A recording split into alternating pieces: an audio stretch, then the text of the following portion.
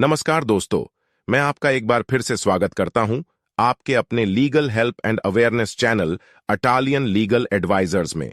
आज हम cheque bounce के मामले में बात करने वाले हैं। चेक बाउंस का केस अगर करना हो तो उसको कैसे आगे बढ़ाना है, या चेक बाउंस के केस की पूरी कानूनी प्रक्रिया, लीगल प्रोसेस क्या है, ये हमारे आज के वीडियो का एजेंडा है। तो चलिए वीडियो की शुरुआत करते हैं। लेकिन अगर आपने अभी तक चैनल को सब्सक्राइब नहीं किया है तो पहले चैनल को सब्सक्राइब करें और बेल नोटिफिकेशन को प्रेस करना ना भूलें। तो चलिए बिना देरी किए आज का वीडियो शुरू करते हैं।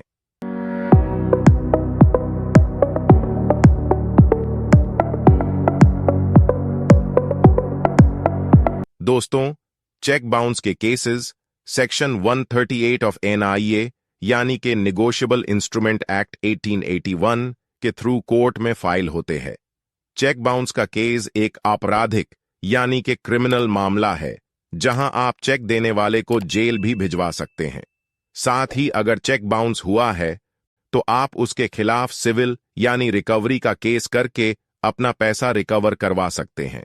दोनों ही मामले में आपको वकील के जरिए कोर्ट में जाना होगा और अपना केस कोर्ट के सामने रखना होगा, जहां कुछ फैक्ट्स को देखकर जज साहब ये फैसला करेंगे कि आपका केस सुनना चाहिए या खारिज करना चाहिए।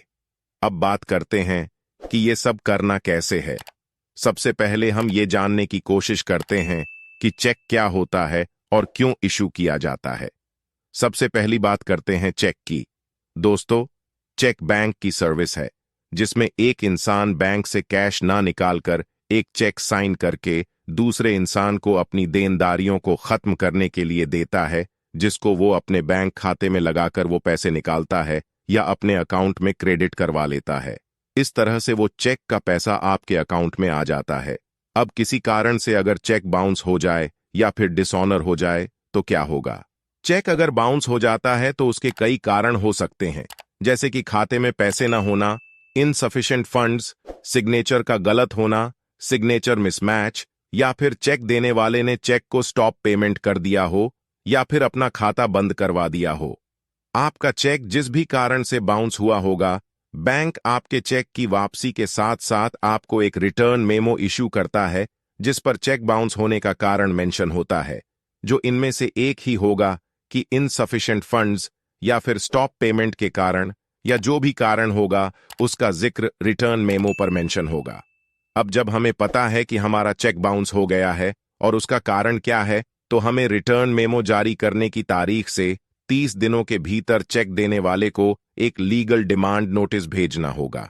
दोस्तों, ये जो टाइम मैं आपको बता रहा हूं, इस टाइम को समझना बहुत जरूरी है, क्योंकि अगर इस टाइम को आपने एक दिन भी देरी से किया तो आप अपना केस खराब कर लेंगे।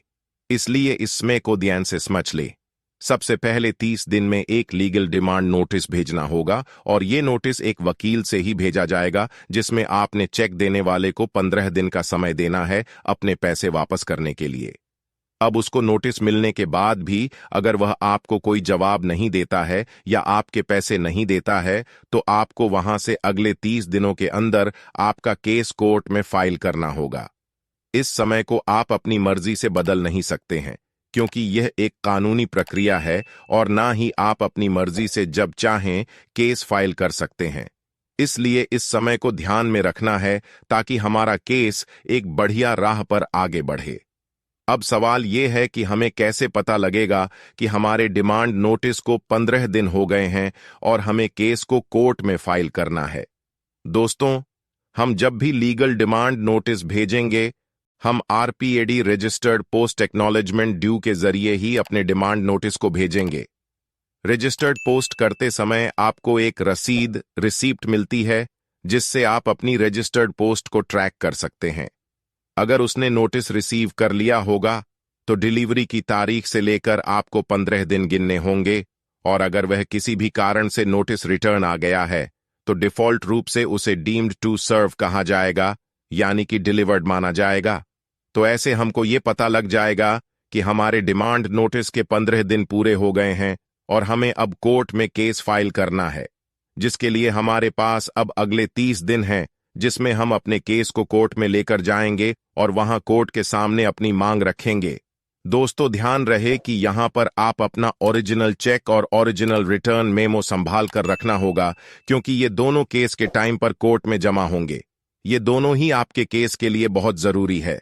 जब हम अपना केस फाइल करेंगे तो हमने वहां ओरिजिनल चेक, रिटर्न मेमो और अपने दिए हुए पैसों का सोर्स कोड को बताना है और अपने केस को जज साहब के सामने रखना है।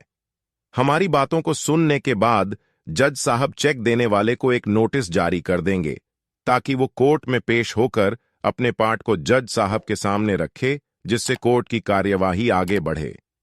दोस्तों, नोटिस इश्यू होने के बाद भी अगर वो तारीख पर कोर्ट में नहीं आता है तो कोर्ट उसके खिलाफ जमानती वारंट, बेलेबल वारंट जारी कर देगी, जहां उसे कोर्ट में आकर अपनी जमानत करवानी पड़ेगी।